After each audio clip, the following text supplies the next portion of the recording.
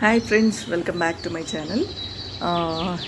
ఈరోజు మళ్ళీ చెర్రీస్కి వస్తున్నాను. ఆల్రెడీ ఒక 4-5 చెర్రీస్ పైకి రాగానే కోసుకొని తినేసాను. మళ్ళీ వీడియో తీద్దాం అనిపించింది. ఇవి చాలా డెలికేట్ అండి, డెలికేట్ డార్లింగ్స్ అనమాట. ఇట్లా ముట్టుకుంటూ పడిపోతాయి. అదిగోండి, ఆల్రెడీ కింద ఈ 2 పడిపోయినాయి చూడండి.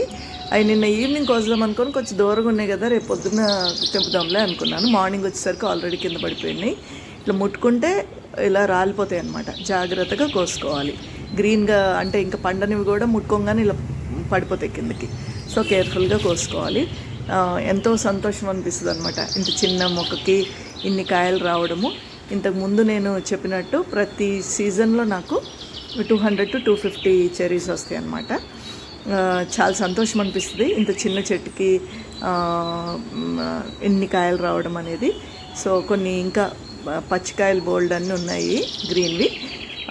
ఇంకా అవి ఒక 2-3 రోజులు అవి కూడా పెద్దగా అవుతాయి అన్నమాట. Thanks for watching. See you soon.